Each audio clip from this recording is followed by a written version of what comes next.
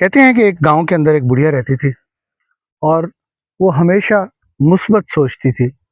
कभी उसके मुंह से किसी ने गीबत या किसी की दिलाजारी नहीं सुनी थी। लोग बड़े हैरान थे। एक दफ़ा एक शख्स ने सोचा कि मैं आज इस बुढ़िया का इम्तिहान लेता हूँ और देखता हूँ कि ये भला कैसे हर चीज़ को मुस्बत तरफ ले जाती है। तो उसने बुढ़िया से सवाल किया कि अम्मा जी, ये बताओ कि शैतान के मुतालिक तुम्हारा क्या ख्याल है। तो बुढ़िया ने बड़ा अजीब सा जवाब दिया कि बेटा, शैतान का हमें ममनून एहसान होना चाहिए, क्योंकि उसी की वजह से हमें तौबा की तौफीक होती है।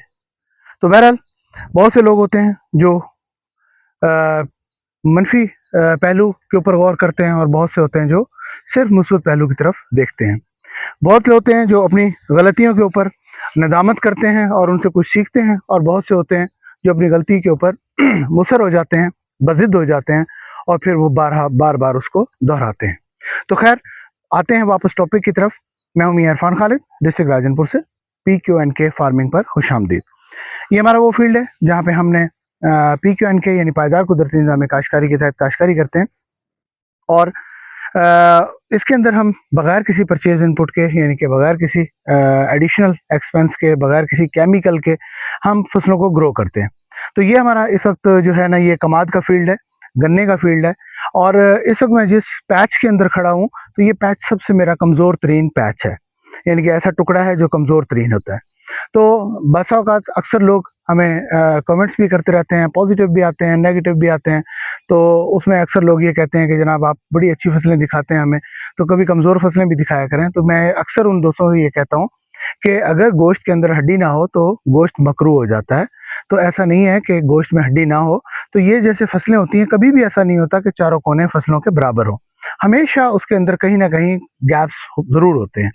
कहीं हमारी नेग्लिजेंसी यानी हमारी अपनी कमज़ोरी, गलती की वजह से, और कहीं ज़मीन की यानी कि साख्त की वजह से। तो ये जो मेरा पैच है इस वक्त, तकरीबन ये अप्रोक्सीमेटली होगा कोई 2 ढाई 3 कनाल का। तो इसके अंदर जो है ना, ये फसल जो है ना आपको कमज़ोर नज़र आ रही होगी बहुत ज़्यादा। अगर इधर से दिखाएं तो ये बिल्कुल छोटी छोटी फसल भी नज़र आ रही है। तो इसके अंदर स्टेम बोरर का अटैक आया और बड़ा सिवियर किस्म का अटैक आया। तो अगर आपको नीचे दिखाऊं तो ये देखें, ये स्टेम बोरर ने जो है ना, इसका ये जो पौधा था, ये नीचे वाला, ये इसने इसको मुतासिर किया और बड़ा शदीद किस्म का मुतासिर किया। तो क्योंकि हम लोग केमिकल इस्तेमाल नहीं करते, तो हमने इसको वेट किया। वेट करने के अंदर हमारा डेफिनेट बात है नुकसान हुआ, और उसकी वजह से जो है ना, ये काफ़ी सारे जो नए शगुफे थे बिलखसूस वो मुतासर हुए। लेकिन उससे जो पॉजिटिव चीज़ हमें नज़र आई है वो ये नज़र आई है कि नंबर ऑफ टिलर्स जो है ना वो उसके बाद बढ़ गए। तो ये देखें, अगर मैं करीब से दिखाऊं तो इसके अंदर पहले जो टिलर था वो एक सिंगल टिलर था, और उसके ऊपर स्टैम्प बोरर आया, स्टैम्प बोरर ने उसको खा लिया। और उसके बाद जो है ना, ये दोबारा से ये जो नई टिलरिंग इसने निकाली, तो ये देखें 1 2 3 4 5 6 7 और 8 9, तो 9 टिलर इसने निकाल लिए।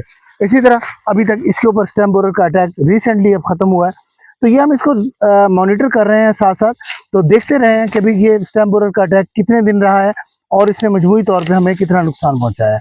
तो मजमूई तौर पे अगर इसकी नुकसान की बात की जाए, तो नुकसान मुझे बज़ाहिर इतना ज़्यादा इसका नज़र नहीं आ रहा। अगर हम इसके ऊपर अगर ये शायद ये नुकसान ना पहुंचाता, तो ये टिलरिंग इस तरह की ना निकलती। तो इस वक्त जो है नीचे जड़ी बूटी आपको नज़र आ रही होगी, बेड्स को इसने मल्च किया हुआ है, बेड को मुकम्मल तौर पे ढका हुआ है। तो ओवरऑल टेम्परेचर बहुत शदीद जा रहा है, और उसके बावजूद अल्हम्दुलिल्लाह क्रॉप जो है वो परफॉर्म कर रही है। तो मैं ये अक्सर कहता हूँ कि ऐसा नहीं है कि हमारी पिकनिक की जो फसल है उसके ऊपर बीमारी नहीं आती। तो बीमारी ज़रूर आती है, लेकिन बीमारी जो है वो हमें नुकसान पहुंचाने की बजाय फ़ायदा पहुंचा के जाती है। तो अब देखें, तो ये हमारा उसके बिल्कुल साथ का फील्ड है।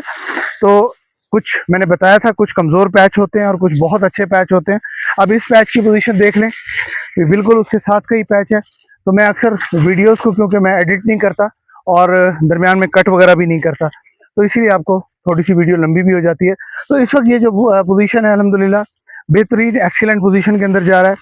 टेम्पोरर का अटैक इधर भी आया था, इनिशियली आया था शुरू के अंदर, लेकिन उसके बाद फौरी तौर पे रिकवर हो गया। किसी किस्म का कोई केमिकल इनपुट इस्तेमाल नहीं किया गया, थोड़ा सा वेट एंड वॉच किया गया, और अल्हम्दुलिल्लाह वो रिकवर हो गया।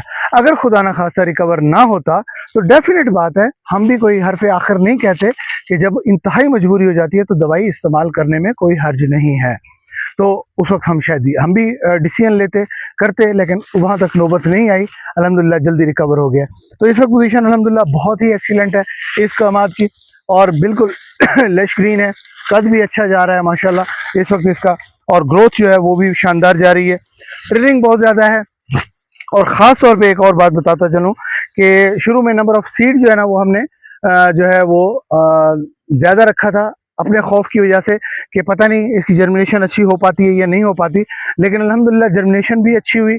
और अब हमें एहसास हो रहा है कि नंबर ऑफ़ सीड हमने ज़्यादा इस्तेमाल कर लिया, क्योंकि हमने जो सीड इस्तेमाल किया था, बीज इस्तेमाल किया था, सिंगल आई बर्ड जो है ना इसकी निकाली थी और वो हमने लगाई थी इसके अंदर, और बेड के ऊपर हमने 2 लाइनें लगाई थी।